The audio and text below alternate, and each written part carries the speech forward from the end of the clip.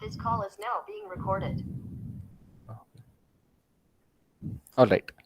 So yeah, so in the last week we saw some simple examples for of randomized algorithms, right? And we saw why sometimes randomization can give you very fast algorithms as compared to deterministic algorithms. We also uh, s- we went over the basics of discrete probability, conditional probability, and so on, just while trying to analyze some of the randomized algorithms.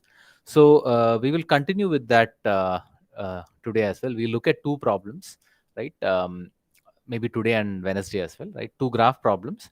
The first one, we will again briefly go over basic probability calculations, conditional probability, and so on. And the second one, we will introduce random variables. You probably know what random variables are. And in the case of randomized algorithms, random variables are the outputs of a randomized algorithm is a random variable. And analyzing, as I said, analyzing a randomized algorithm is about analyzing the random variable associated with it, right? So we'll start with two simple problems. We'll see two very elegant algorithms for these problems and how randomization helps in designing these algorithms. And while analyzing, we'll again briefly recall the notions of uh, random variables that we have already that you may have already seen before.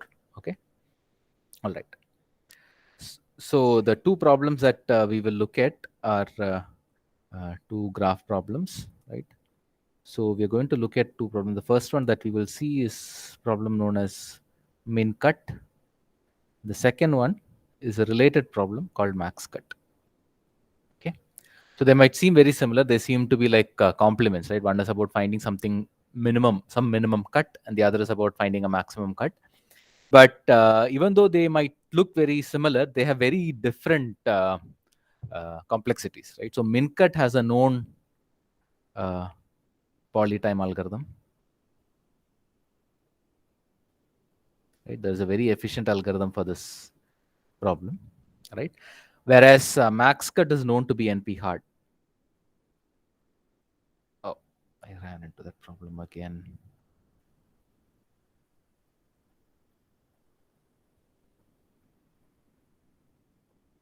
Max cut turns out to be NP hard, right? Which means that you are unlikely to have any efficient polynomial time algorithm for it. Okay.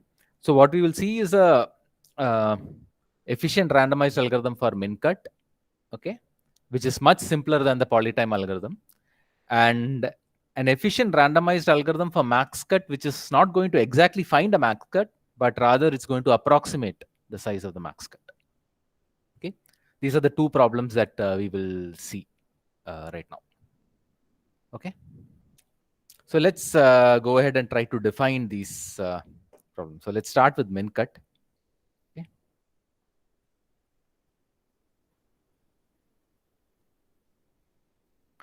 So in min cut, what you have is you have a graph G. Okay. The graph is undirected.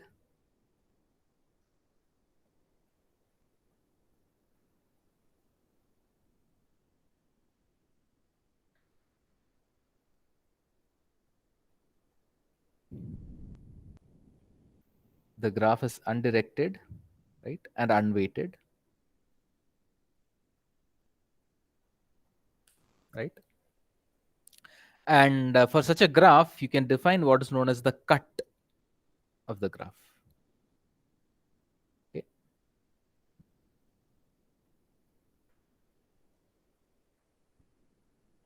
Oh.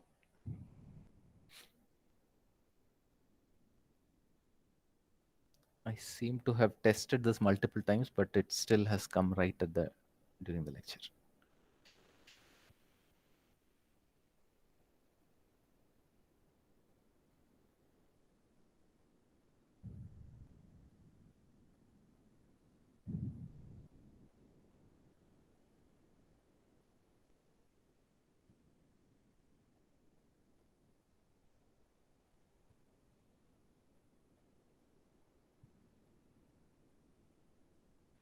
Okay, so let me try to see. So you have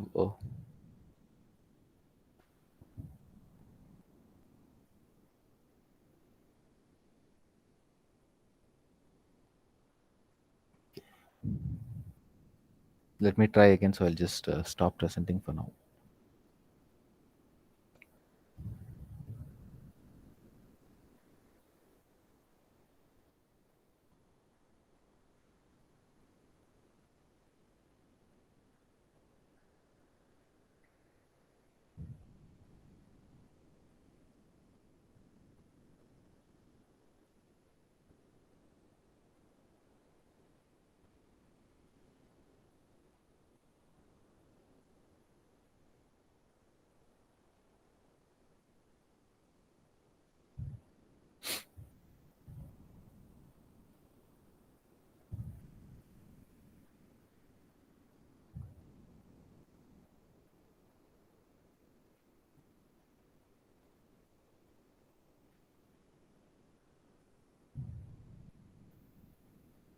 Okay.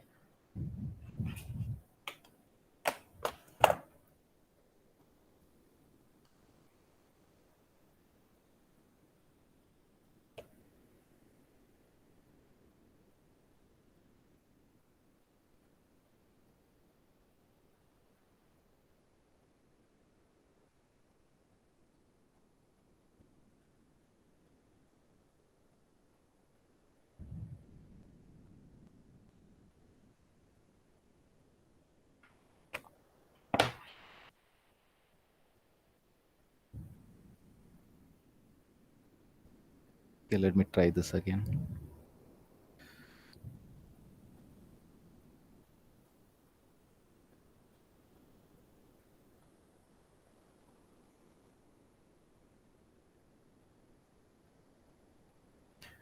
All right. Okay. So let's see whether it will work now. Okay. So the cut in a graph, okay, is a partition of the vertex set.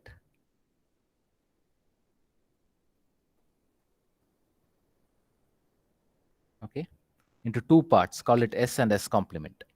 Okay, so a cut is just a partition of the vertex set, and so S is a subset of V, right? And S complement is basically V minus S. So it's a way to just partition the graph into two parts. Okay, and so the graphs, there are some edges that lie where all the endpoints are in S, and there are some edges where both the endpoints are in S complement, and there are some edges which go from S to S complement. And for a cut, you can define what is known as the value of a cut.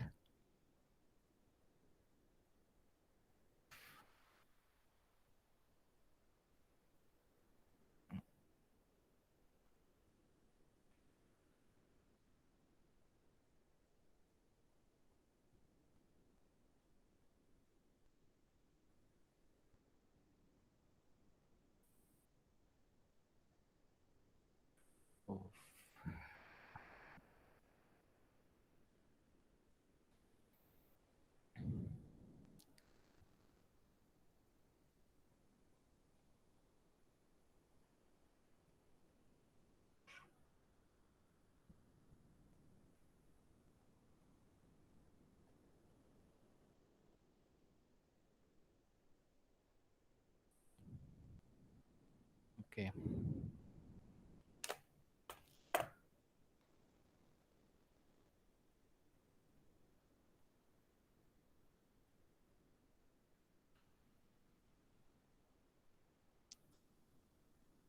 So if any of you have Windows 10, don't upgrade it to Windows 11. That's when all this started.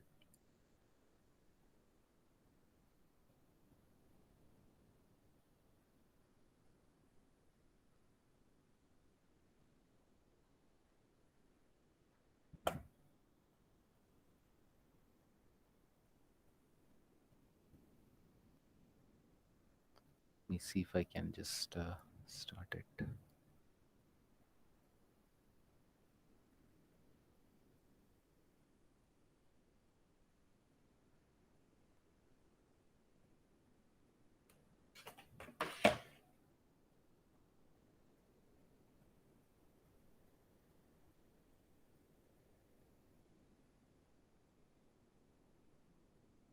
Okay.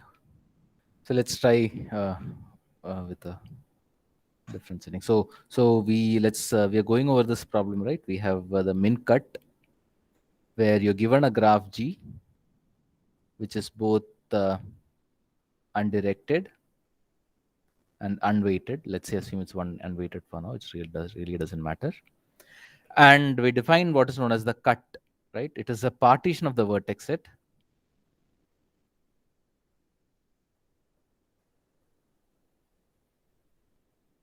Right, into two parts, S and S complement. Right, and so this is what is known as a cut, and corresponding to cut, we have what is known as the value of the cut. Okay, the value of the cut is the number of edges that cross the cut. Right. So in other words, we'll denote this edges that cross the cut. We will denote by the notation S complement, which means that one endpoint is in S and the other endpoint is in S complement. And the value is basically nothing but the cardinality of the set of edges UV in E, such that U is in S and V is in S complement. Right.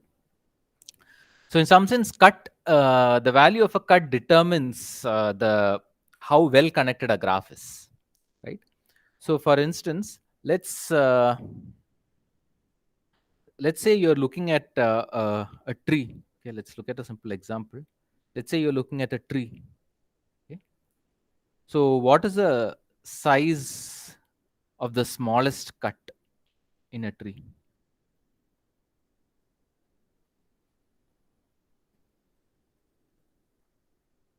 What is the size of the smallest cut in a tree? Yeah, it's 1, right? So for instance, a tree is just a graph which has no cycles. Let's say you have some tree like this. And this is, for instance, cut edge. So for instance, you can say that these three edges belong to one set S, and this so this can be S, this is S complement, and there is one edge that crosses the cut, right? So the size of the smallest cut in a tree is 1, because there are no cycles, and if you remove one edge, then the graph gets disconnected. Right? So when the value of the cut is small, we find that the graph is really not well connected. You can easily disconnect the graph by removing a small number of edges. And so what is a graph that has high value? What is a graph whose minimum cut value is really large? What do you think that graph will be? Right? The complete graph, right? You would expect that the clique will have that property, right? For instance, if you take the phi clique, say,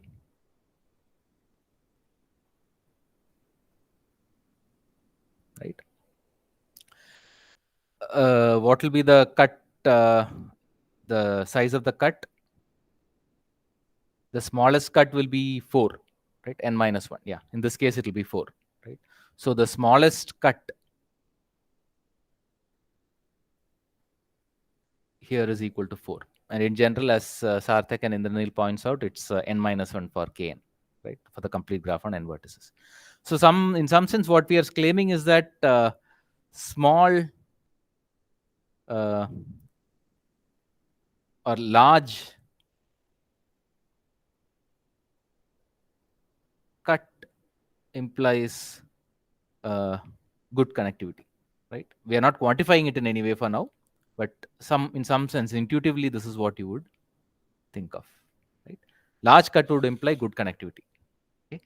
And the minimum cut is this algorithmic problem, right? In the minimum cut problem, what you are given is, so the min cut problem is the following. The algorithmic question is the following. You're given a graph, right? You're given a graph G, find the cut with the smallest value. Find a cut with the smallest value. There could be multiple cuts with the same value. So find a cut with the smallest value. right? Such a cut is known as a min cut. Now the goal is to find the min cut. Given a graph G, find the min cut. Okay, so the graph can be weighted, but let's go with unweighted graphs for now. Okay. Now this problem is known to have a polytime algorithm, right? So there is a polytime algorithm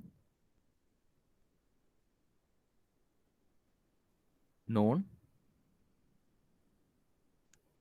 which follows from what is known as the max flow min cut theorem. Okay. So if you have not seen the max flow min cut theorem, it doesn't really matter.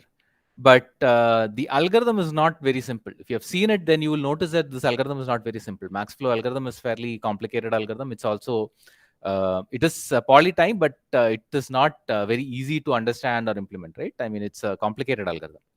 And when you solve the max flow problem, then the min cut just comes out of that algorithm.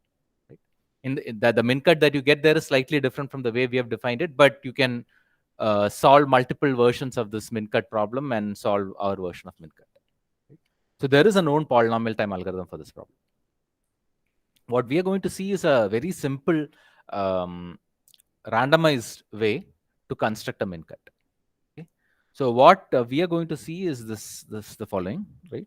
So what we want is a randomized algorithm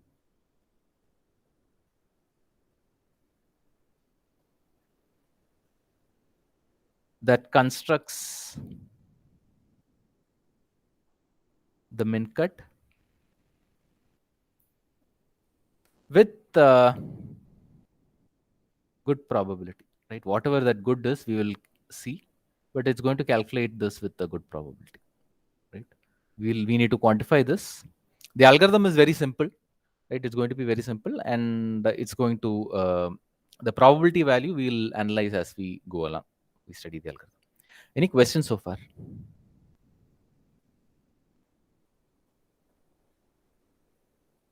I wanted to confirm something. Yeah. You mentioned that it can be extended for arbitrary edge weights, right? So the edge weights, I guess, must be positive because otherwise. Edge weights must be positive. That's a good point. Edge weights must be positive. Okay. Yeah. So it can be weighted graphs, but with positive edge weights. You're right. Yeah. Otherwise, we can go into max cut actually. If you allow a negative edge weights, then the problems will become NP hard. Exactly. That's what I was wondering. Yeah. That's correct. That's good. Yeah. Any other questions?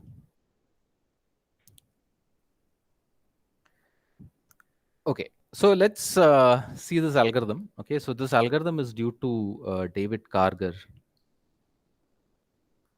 from early 90s, somewhere around 93, I think. Okay. And the idea is to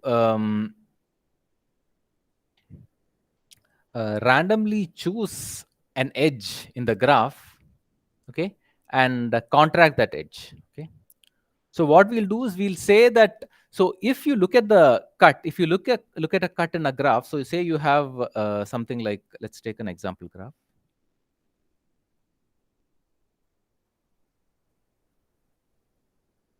What is the minimum cut in this graph? The value of the minimum cut? 2. Right? It's 2, right? Because this is the cut, right? This is the cut. So now, if we were to keep contracting edges, right? So it's basically, you can say that you contract all these green edges.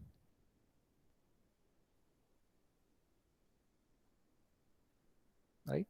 And you can think of this graph as having two components, right? One is this component here. So let me just name the vertices 1, 2, 3, 4, and 5. There is this one part, one large vertex, which corresponds to the set of vertices 1, 2, 3, 4, and 5. Oh, sorry, 1, 2, 3, and 4. And then there is this other vertex 5.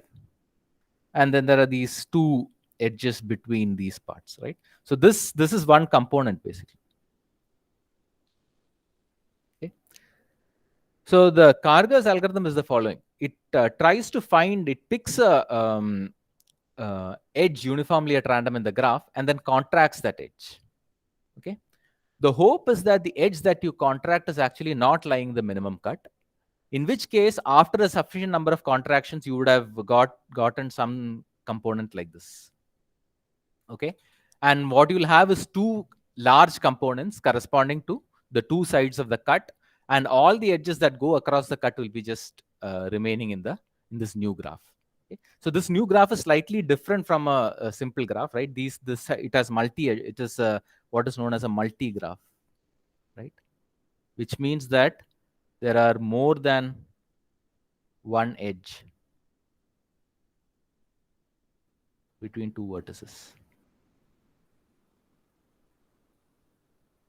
right? So now if you have this multi-graph on two vertices, then the number of edges in the multi-graph will be equal to your cut corresponding to this particular value of the cut corresponding to that cut, right? So this corresponds to a cut where 1, 2, 3, 4 is in one part and 5 is in the other part. And if you look at this multi-graph, then there are two edges in this graph, and therefore the value of this cut is 2. Correct? And Karga's idea is to pick a edge uniformly at random and contract it, so that finally you will be contracting all the vertices in one part of the cut into one vertex, and you will be contracting all the vertices in the other part of the cut into one vertex, so that only the cut edges will remain in the new multigraph. Is the idea clear? So the algorithm is just the following. Okay, we can just state the algorithm here. But it says choose an edge at random, contract, and continue for n-2 steps, where n is the size of the graph, right? So let's just work it out here, right? I mean, for instance, if you have this graph,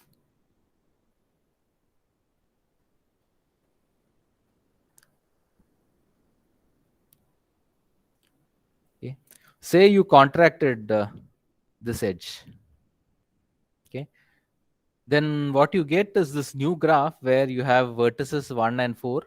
2 and 3 has been contracted now.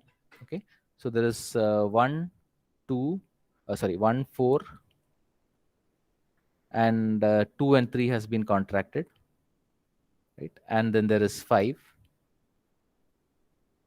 Okay, and what are the edges that you will have? So there is an edge from 1 to 2, and there is an edge from 1 to 3, which means that we will put two edges. We need to put the two edges because we are actually we want to count the cut size. So we don't want to, just say that one is connected to that new vertex 2, 3, but we also want to know how many edges are there. What is the number of connections between one and that vertex? So you put that multi-edge. Right? Similarly, 4, there is an edge from 4 to 2 and 3. So you put two edges like this. And similarly, there is an edge from 2 and 3 to 5, which means that you have something like this. Okay. So now at this stage, say you pick some other, say you choose to contract 1 and 4 at this stage. Okay. So then what you have is this graph where you have 1, 4, 2, 3, and 5, right? So this is 1, 4, 2, 3, you have 5 here. And the edges are, so there is, how many edges are there between 1, 4 and 2, 3? So there are 4, right? So one has, there are 2 edges, so there will be 4 edges here. What it's basically saying is that if you take the parts 1, 4, and 2, 3, then the number of cut edges is going across them is 4. Similarly, there are 2 edges here. Okay. Now, say you choose to contract one of those edges. Right. Then what you have is the final, is you get the min cut. Right. Here you have 1, 2, 3, 4 in one part and 5 in the other part. Okay. So this is just one way to contract, but in Kargar's algorithm, you might not pick the nice edges. You might pick very badly. For instance, it is possible that, say, you choose to contract this edge first. because you're randomly choosing an edge. If you choose to contract this edge first, then what happens is that you will not get the min cut. You will get some other cut, right? But at the end of n minus 2 steps, what you get is a cut in the graph, right? And the algorithm basically keeps choosing random edges at every step of the algorithm. And finally, when there are just two vertices, then it just looks at the number of edges in this graph and outputs that as the cut value, right? Is the algorithm clear? Any questions on the algorithm? It's straightforward, I guess. Any questions?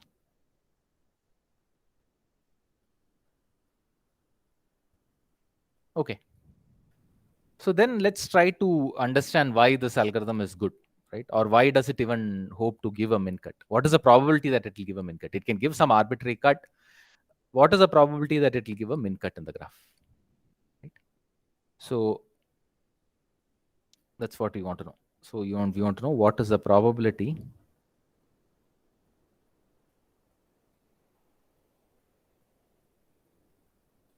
that Karga's algorithm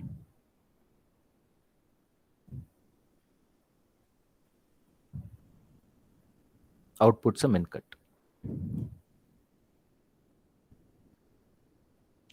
Okay. So before we get into this probability calculation, there is also another thing that you have to think about, right? You need to make this, you need to have this efficiently implemented, in the sense you have a graph to begin with, and then you're contracting the graph and creating new graphs, right? So next time when you want to contract, so when you once you start at this point, right? You do this step and you contract and you get this graph. Now you need to maintain this graph so that you have to choose an edge uniformly at random from this new graph. So you need a way to maintain these graphs efficiently. It's not very difficult to see how that can be done. Let's not worry about that implementation detail for right now. Okay, let's look at the probability analysis for now. Okay? But it's also important to maintain these graphs in a very nice way so that you finally know what is the cut, right? It's not enough to have just a graph with two vertices. You need to know what these vertices represent. You need to know whether the first vertex represents 1, 2, 3, 4, second vertex represents the vertex 5, and so on. Only then you can actually output the cut. So you need to maintain these information also. You need some suitable data structures where you can make these updates efficiently. But let's not get into that complexity part right now. Okay? Let's do the analysis, right? Let's see why this very simple algorithm should even work. Okay. So, so one intuition for this algorithm, if you want to think about it, is the following, right? So if you have a graph, right, and say there is a very small cut in the graph, okay? If there are a lot of edges in the graph, or comparatively larger number of edges corresponding to the cut, then if you randomly sample an edge, it is unlikely to be a cut edge, right? If the cut size is very small, if there are a small number of cut edges, but there are a large number of edges in the graph, if you randomly sample an edge, then it's unlikely to be a cut edge. Okay? At least initially it should be the case. The idea is that this happens as you go along, the probability becomes not very good, but still it somehow works out. That is the idea that is the intuition of this algorithm, at least a very basic intuition. Let's see why it works, right? And what are its guarantees. Okay. So this question here, right? What is the probability that Karga's algorithm outputs a min cut? To find this, it is sufficient to actually do the following, right? This probability is at least as large as the following, right? Suppose you fix a min cut s comma s complement in the graph, right? Now you ask, what is the probability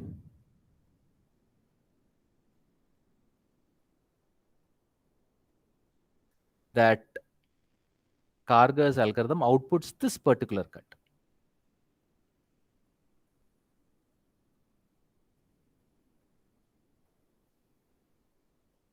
Right? So surely a graph can have multiple min cuts.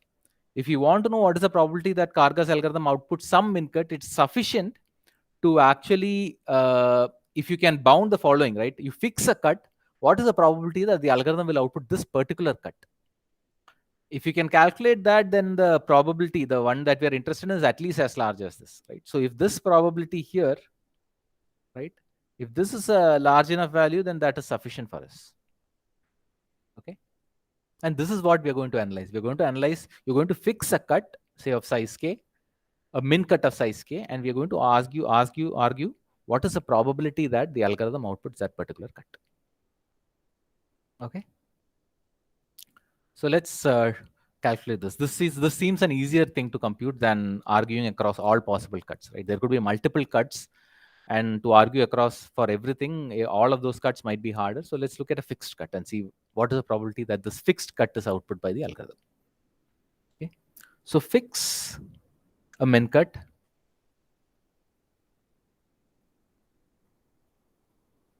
s comma s complement of size k. Okay. You fix a min cut of this size. Now the question is, what is the probability that this particular cut is going to be output by the algorithm? Okay. So as we said, the intuition is that the cut size is maybe k, and the number of edges will be large. Then the probability that when you sample an edge at random, it is unlikely to be a cut edge, right? That's what we want to formalize. That is the intuition that we are trying to formalize. So for that, we need to know what is the number of edges in a graph with min cut size equal to k. How many edges can be there, right? That's what we want to find out. Okay, so here is a simple observation.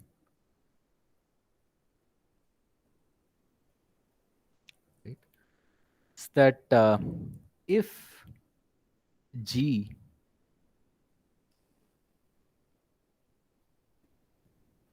has a min cut of size k, then the number of edges in the graph is at least nk over 2. Okay. So if there is a min cut of size k, then there are a large number of edges. The large in the sense is something like nk over 2. Yeah. So yeah, already people have given the proof, right? So nk over 2 is correct, and Sarthak has given the reason why it must be the case, right? The reason is that every vertex must have degree greater than or equal to k, right? Why? Because otherwise you could have just taken that vertex alone as s and the remaining vertices as s complement, and you will have a cut of size less than k. We know the minimum size cut is of size k. So what the reason is that if there exists a v such that degree of v is less than k, then you look at the cut where s is equal to v and the s complement is v minus v, right? And the value of the cut s comma s complement will be less than k, right? So therefore, there cannot be a vertex of degree less than k. Every vertex must have degree greater than or equal to k, right? Which implies that the number of edges must be nk over 2, right? So you keep adding the edges incident on every vertex. Every vertex has degree at least k, and there are n vertices, so that is nk. But now you have counted each edge twice, and therefore you divide by 2, right? So the number of edges is at least nk over 2. Good. So this is all we need. So you have a cut of size k, and you have the number of edges greater than nk over 2, right? So now, what is the probability that in the first step you will sample a cut edge? So what is the probability that in the first step a cut edge is sampled?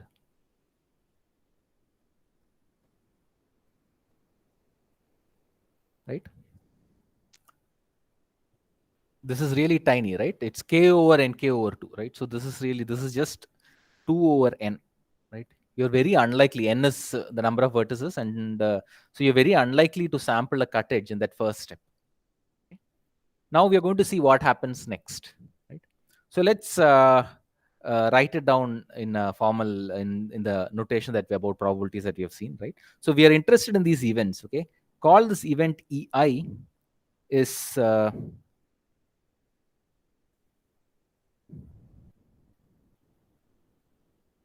So EI is this event.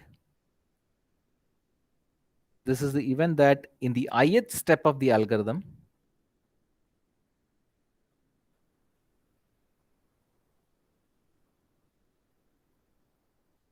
a cut edge in S in E of S comma S complement is not sampled. Right? So the ith iteration of this algorithm is a good iteration. We have not sampled any cut edge and destroyed the cut. And so what are we interested in? We are interested in this quantity. We are interested in the probability that in the first step you did not sample a cut edge, and in the second iteration you do not sample a cut edge, and in the third one also you do not sample a cut edge, and so on till n minus 2. Right? This is what is of interest to us. We need to compute this quantity. Right? And so we have seen how we write intersection, right, using conditional probability. So what we are interested in this is this product, probability of E1 times the probability of E2 given E1, and so on till in the middle you have probability of EI given E1, E2, and so on till EI minus 1. And finally, you have probability of En minus 2 given E1 up till En minus 3. Correct? So this quantity here is, till now you have not picked any cut edge. What is the probability that in this step also you don't pick a cut edge? Right? So is it clear that these events are all dependent? Right? The probability of EI happening depends on whether E1 to EI minus 1 has actually occurred. And why is it dependent? What is the reason for that dependence? Why is EI dependent on E1 to EI minus 1?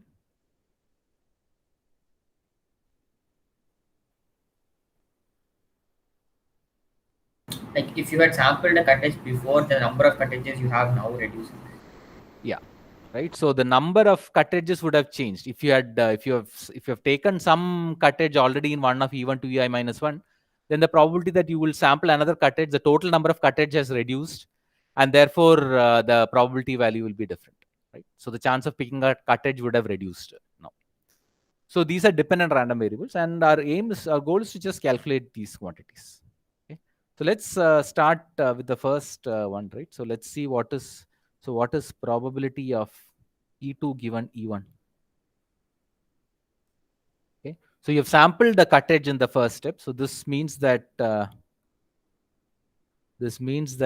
you didn't sample. Sorry, you didn't sample a cut edge.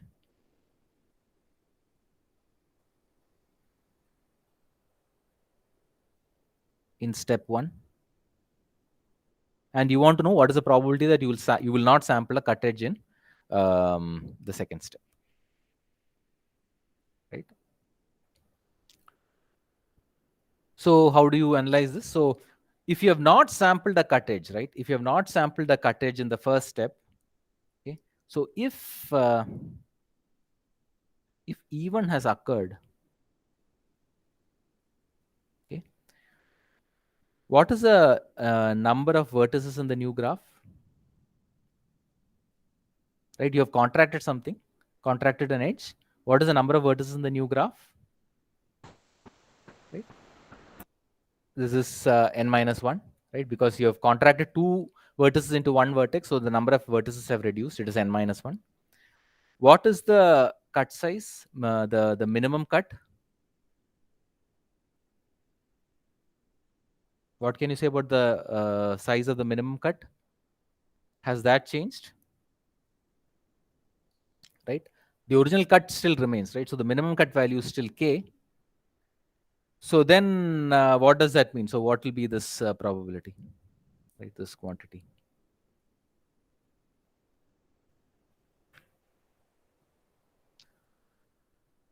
So how do you bound this quantity here?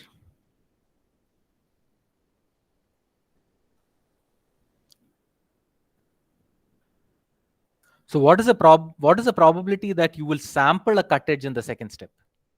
Right? We want to look at E2s that you don't sample a cut edge. What is the probability that you will sample a cut edge in the second step of this algorithm?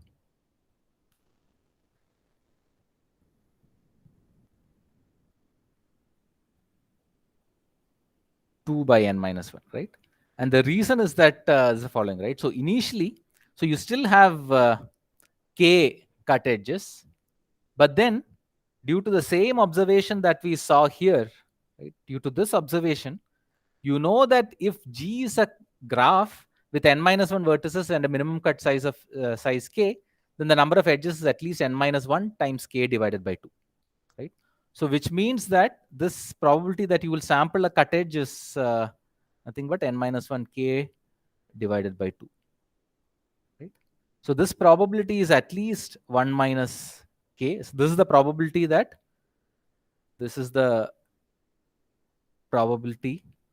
for sampling a cut edge.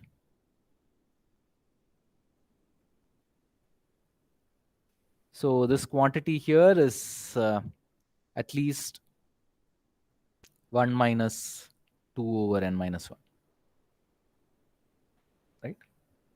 So that's a probability that you will not sample a cut edge in the second step, right? So if you continue this, what will be probability EI given E1 to EI minus 1?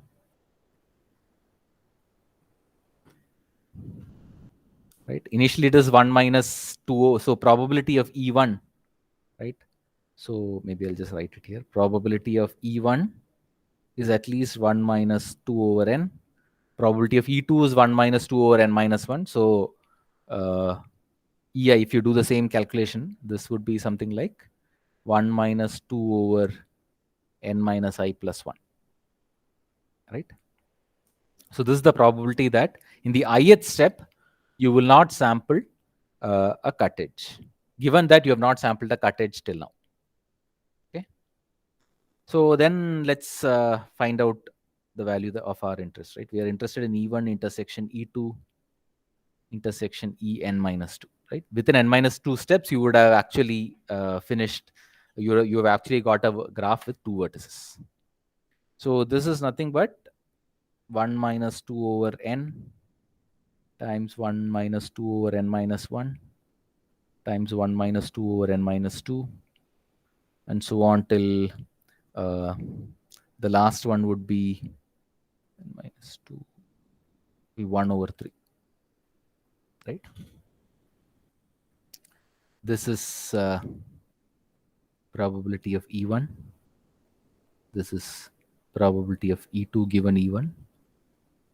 This is probability of E3 given E1, E2.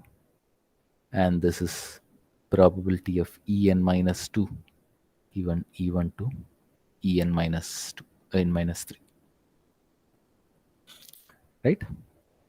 And now you can basically just calculate this. So this is n minus 2 by n times n minus 3 by n minus 1 times n minus 4 by n minus 2, and so on till 1 over 3. Okay. So what will happen is these terms will cancel off. Here it will go off. This will go from here. This will go from here. And this 3 also, there will be a 3 here. That will get cancelled off here.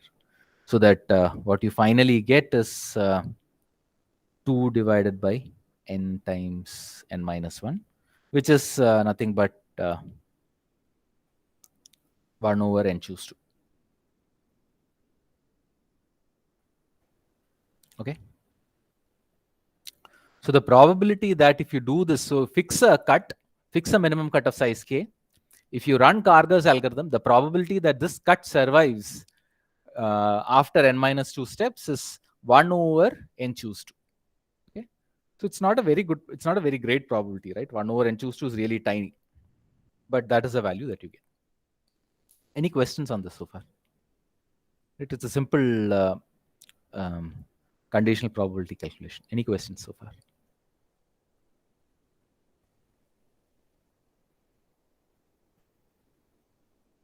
Okay.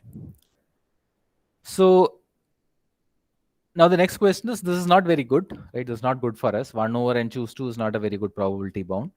We want very high probability one, right? We want something like 99 over 100, right? The probability that you'll output that cut is something like 99 over 100 or something, right? And how do you get that? Right? You just repeat. The only thing is that in the earlier case, right, in the previous algorithm that we saw in the last class, it was a yes or no answer, and you will just repeat and say, even if one of them is no, then you will say no. If all of them is a yes, you say yes. Right? It was that was the way in which you repeated. So how will you repeat here? What will you do? You repeat and then do what? It's not a yes or no question. You are going to output a value. Take so the cut which has the minimum value. Yeah. So you repeat and take the smallest cut, right? So you basically, so the final algorithm.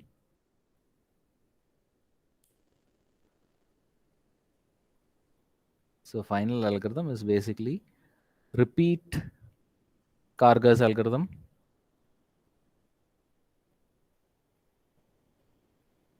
Some k times and output the minimum among all the runs.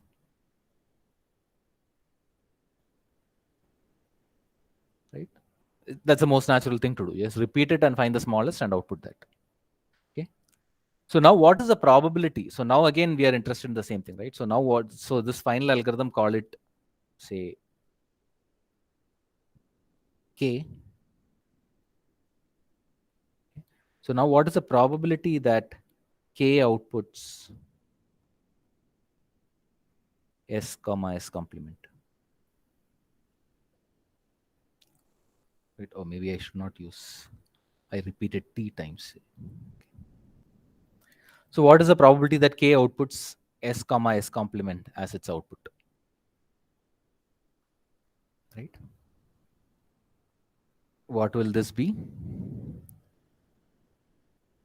So what is the probability that k does not output s comma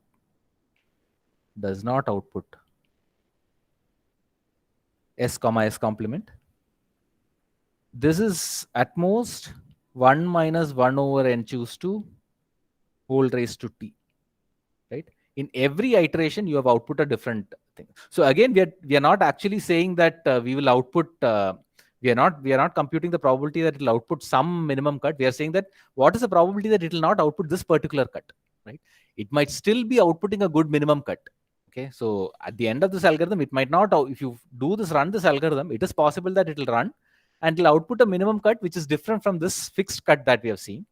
But the way we are analyzing it is that what is the probability that this fixed cut is going to be output after t repetitions?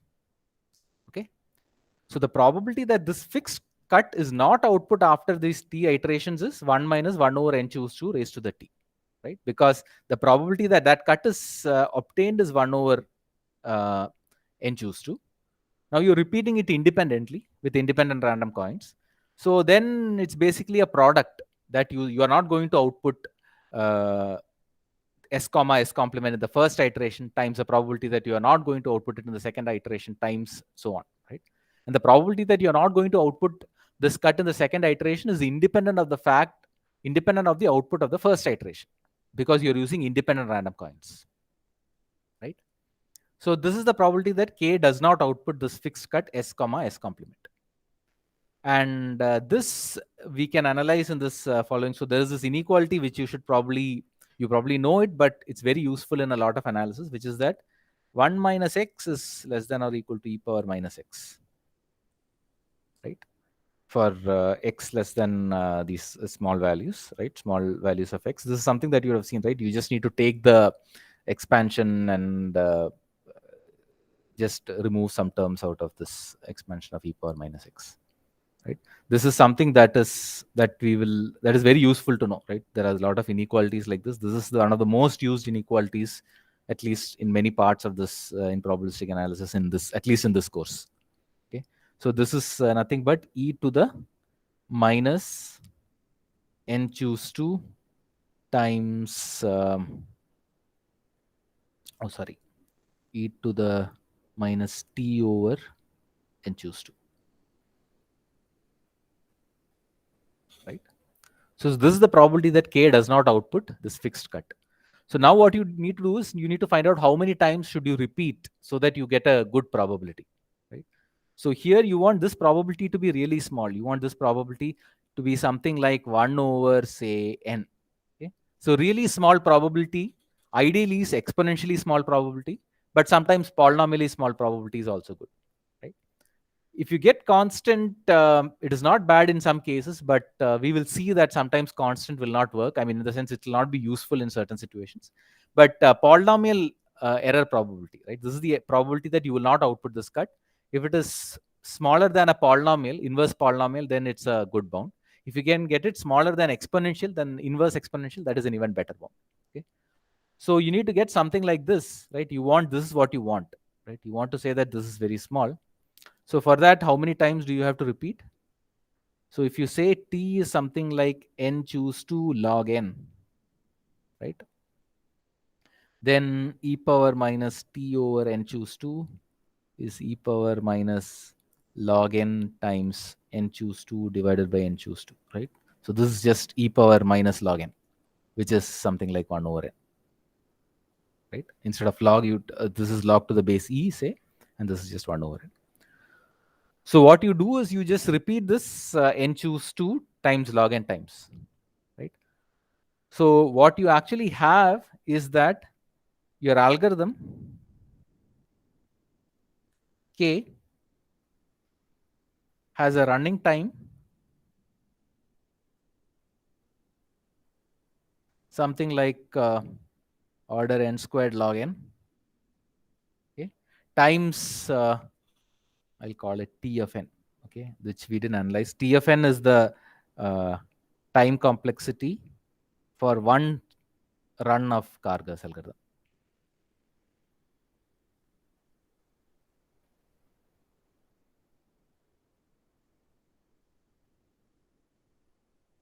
Right, for one run of Karga's algorithm is Tn. You repeat it n square log n times, and then the probability that k outputs the minimum cut, the min cut, is at least 1 minus 1 over n, right, where n is the number of vertices in the graph. So you have a very simple algorithm, right? Very simple algorithm in the sense of understanding as well as implementing. And it has a very high probability, right? 1 minus 1 over n is very large. If the number of vertices in the graph is very large, this is a really, really good success probability. And with this probability, it will actually output a min cut in the graph. Right? Any questions so far regarding today's lecture? Regarding this algorithm?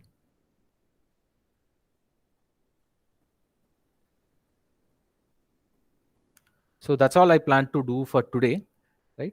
So there are improvements to this algorithm. There are more careful analysis that you can do, which will give you better error probability and therefore better. So the number of repetitions that you have to do can be reduced and you get better bounds and so on. We will probably see that later, but not right now. Okay.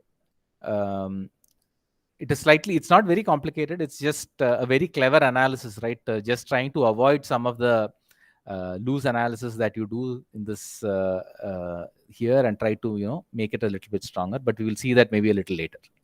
Okay, so next what we will do is we will look at this similar problem known as max cut, which looks very similar to min cut, but which is computationally much harder. And again, we'll see how randomization can give you a very simple algorithm, but it's not going to give you an exact max cut, but rather it's going to give you an approximate max cut. Right? So if the max cut size is some k, it's going to give you an answer which is very close to k, but not exactly k. But there'll be a guarantee that it will give you a value that is always close to k, but there is no guarantee that it will give you the exact max cut. Okay. So that's what we will see on Wednesday's lecture. Okay. Any questions? Any questions regarding today's class so far? Any questions regarding anything regarding the course actually? Any other administrative, logistic matters or anything regarding the course? So is there any deadline for the scribes? Oh yeah, so scribe you can submit. So once you finish on Thursday, so Thursday is what? Thursday is 12th. Then you can submit on the Sunday after that, which will be 22nd, right? Is that okay? So 10 days Yes, after sir. the 10 days after the last lecture of that week. So we just have to send you a mail with all the. Yeah, just send me a Yeah. mail, the tech file and the PDF. Okay, sir. Right? That's all. Yeah. You have the scribe, the template, right? Just do that, send it. That's all. Yeah. Okay, and so I think within 1 or 2 days we'll finalize the number of the people who are crediting the course, and then I will send out this list of topics that you can read for the course project, right? And then I will also tell you how to go about it. So that I will send within a couple of days once the course is now the students are finalized. And then at the end of this week, I'll send you a small problem set with some 5 or 6 problems that you can solve and submit. Okay, that will be the first problem set out of 5. Okay, so then that's all for today. We'll meet on Wednesday. Okay, yeah. Thank you.